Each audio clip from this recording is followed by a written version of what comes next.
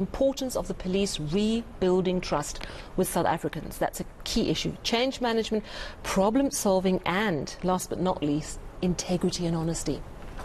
One of the most needed things in the South African Police Service. But let's speak to our senior reporter, Aviwe Mtila, who's actually following the story for us. So, Aviwe, we have the announcement. It's Lieutenant General Fannie Masemola, the new top cop for South Africa, was the Deputy National Commissioner of South Africa, so he knows very well how this job actually works. Well, seemingly, Shahan, I mean, he's not new to the police management in itself. I mean, he's held senior position within the South African Police Service for over 20 years. He was by the side of the police commissioner, you understand, from 2016 as the deputy police commissioner, a position that he actually held before, back in 2010 already to 2013. So he's served in different divisions of the policing force and in different provinces. For example, in Limpopo, he was once there, the provincial commissioner of Limpopo, as well as in KwaZulu-Natal, being the deputy provincial commissioner there, serving also, I understand, in Gauteng and also in the Free State. So he is quite well versed in terms of the man that is tasked now with the job, difficult job of being the police commissioner. And of course, one wonders if he will finish his full tenure, 5-year tenure as a police commissioner, as we've seen the last 3 police commissioners not finish their tenures, Sean. Yeah, I think most of the police commissioners in this country have not been able to finish their tenures. We covered this a couple of weeks ago. So let's talk about the main issues which the President addressed at the start of his speech. We have security concerns in this country, and this man now needs to be able to play a huge part in making South Africa safer. Certainly does, Shahan, and a lot of questions raised even when it comes to just the veil of secrecy around the announcement of the new police commissioner. You would understand even the previous police commissioner, Kehlas Toyle, faced a lot of, made a lot of headlines when it came to, for example, the July unrest and the security over there. They said that he was caught napping. It will be interesting to see the relationship of the new police commissioner, given that the relationship of the previous one wasn't that good with the actual police minister, Bheki Cele. They didn't see eye to eye. One of the reasons, in fact, that he faced possible suspension. In fact, Kehlas Toyle also faced the question, a letter from the president asking why should he be kept in the office? Why should he continue to be kept as fit role to the province? So a lot of questions when it comes to even the secrecy around the appointment of this police commissioner, given that Cyril Ramaphosa has really set a precedent, Shahan, when it comes to transparency and when it comes to these office bearers. When, for example, you look at the SARS commissioner role and how that appointment was very transparent out there in the public till the announcement. Even the recent announcement of the Chief Justice role was very apparent. So there were quite a number of questions posed, for example, by Corruption Watch, who raised the question why this veil of secrecy when it came to this now appointment. And a lot of people, I might say, did not know that the man at the helm will be then the veteran Fannie Masemola. Yeah, and let's talk about the panel setup, Aviwe. Obviously, the appointment process when it comes to these top positions, we've seen many recommendations being given to the president, but ultimately it is his decision. We had a group of people who made these recommendations, and the president said that all of the candidates put before him had the equal intention of protecting South Africa and making sure it's a safer place. So this is something that we've seen unfold in this presidency in terms of a decision made with an insight from a panel of people making recommendations. Yes, that panel would be seen as an objective panel, one that will pick the new police commissioner just only based on merit, because even in the previous police commissioner, Kehlas Toyle, there were those controversies and questions around his alliance. Those even raised in the High Court, Gauteng High Court, just in January. Remember when the High Court said itself that Kehlas Toyle served rather the interests of the African National Congress, and a certain faction of it, I might add, rather than the interests of the broader South Africa Republic in its entirety. Remember, that stems back from when he was appointed back in 2017. That matter around the 45 million rand tender for those cell phone grabbers heading to the NASRAC conference. So there were those questions around Kehlas Toyle and his loyalty to the ANC, more specifically to a certain faction of the ANC. So you'd expect, Shahan, that the appointing panel of then the the police commissioner would be one that will be very neutral and one that will appoint someone that has the best interests of the country at hand and not of a certain party. Yeah. All right, Aviwe, stand by for us. Sally and I are going to actually talk about a couple of the things that the president actually mentioned here in the speech cell. And it's very important that the president says this person needs to be able to take police closer to communities, because that's one of the biggest concerns we've heard from people, especially in the Western Cape, in those gang-ridden areas. I mean, it came up every single time. You'd have the police saying, you need to come and tell us who the crooks are, and then the community saying, no, because when we do, we get ratted out by someone who's less than honest in your ranks. Absolutely crucial issue. Just noticing some comments coming through around our new police commissioner. And Jeff Wicks, a fellow journalist, making the point that he is actually close to retirement age. Yeah. Now, that's an interesting one, because if you're looking for someone to bring stability, you need them to be there for the long haul. So it'll be quite interesting to chat to Professor or Dr. Johan Berger when we do chat to him closer to 1:30.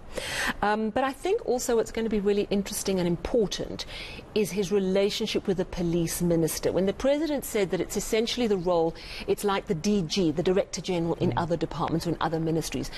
The Director General is the person who gets things done, who takes the policy and what the minister has strategized on, and, you know, it's where the rubber hits the road, essentially. Yeah. But also, if your police minister is constantly sort of jumping in and telling you what to do, it's very difficult to manage. Now, if Minister Cele is like that, he's going to carry on being like this.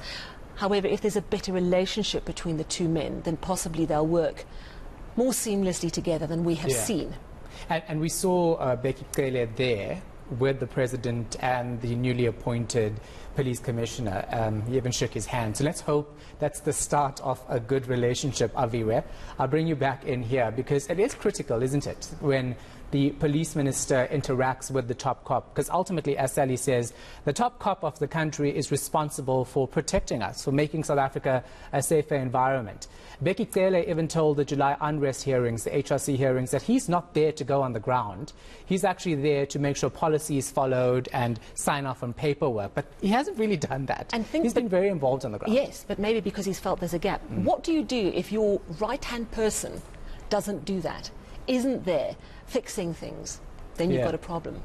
And Aviwe, let's pick up on that point specifically, and how important it is for the police minister and the country's top cop to be working together. Lots of analysts have been reporting on this and analyzing this particular relationship. We saw it yesterday in newspaper articles, today again. How important is this relationship? Very important, Shahan, as you'd understand that Becky Cele, the police minister, was actually blamed time and again for overstepping his bounds, given that you'd see him on the ground. The most recent time that I spotted him himself was around the 25 people that were arrested for the cash and transit heist that happened around a month ago. Becky Cele was there, but the person that we didn't see on the ground there was the police commissioner, Keshas Tola. Of course, that would be the role that we've seen over the last 4 years of Kesha's reign as the police commissioner, where we didn't see him on the ground and active on the ground as we'd see a lot of the time the police minister. So these are one of the questions that I actually pointed out to the Institute of Security Studies, Dr. Johan Berger, who suggested that while many said Becky Cele overstepped his bounds, but what we didn't see was the actual police commissioner on the ground. Another interesting point that he raised out, Shahan, was just around the background of Keshas Tola, given that he was a police officer that a lot of the time served in the office structure rather than on the ground, foot soldier of the police force. So now we're seeing a different person in terms of Fannie Masemola, who has served in the ranks of the police quite extensively, senior management ranks on the ground. And of course, the critical aspect of this will be the close relation that one would hope that he has with the actual police minister, Becky Cele. And of course, that would bode well for the country and the security in its entirety. Yeah, I mean, that relationship is absolutely important, but so too is the respect of the rank and file. And it seems to me what you're saying is that our new police commissioner may have that. Because if you've got a disillusioned workforce, you know, imagine being a good cop. And seeing in the media time and time again how some of your colleagues are stealing and thieving, and the general public just thinks that, you know, you're not to be trusted. That must be a really tough gig. If you can inspire those policemen and women who are of quality, perhaps even bring back some of the really strong people that we've lost, show those who are passionate about this career that there is a career to be had within the ranks, because it's a great place to be. Because I think for a lot of people who are really good at their job, it's a calling. How much respect do you think he has within the rank and file, and what kind of job is he going to have to inspire confidence and a sense of purpose for the ordinary cop on the street? Well, Sally, judging by his extensive CV in the South African Police Service, you'd expect that from the divisions that he's moved from and from the provinces that he's actually moved from, he would have garnered a lot of respect from those various positions, given from the provincial police commissioner in Limpopo, Deputy Police Commissioner in KwaZulu-Natal, also served in Gauteng, in the Free State, held senior roles, Nat Joint's operation most recent, Deputy Police Commissioner twice, back in 2010 to 2013, then again in 2016. You'd expect that the ordinary rank and file member of the South African Police Service would have a quite high regard for the incoming Police Commissioner, Fannie Masemola. And that's the type of policeman that you'd want on the ground. Another issue that I touched with the Institute of Security Studies, suggesting that it builds morale, given that you see this officer on the ground rather than the previous police commissioner, General Kesas Tole, who built the majority of his career in the offices rather than being a rank and file officer on the ground. There's a lovely blog running on News 24. I have to give them credit, but there's a comment that's come in from Sipho Masondo, and he says, there are already potential problems with the appointment of General Masemola. A source told me this afternoon Masemola is very close to the police minister. Cele, known for interfering with the day-to-day running of the police, something we've discussed. Ramaphosa evicted Ketla Sitole out of office because of his public fallout with Cele. General Masemola is quite experienced, but will he be able to tell Cele not to interfere? And I suppose there does come a time where you have to say to your minister, this is how it needs to be done practically, and I need to go this way. It's an important and very delicate sort of balance, isn't it, Aviwe? You need to be able to get on with your police minister, but at the same time, you're the one who has to make things happen. So it's going to be an interesting one to watch, isn't it?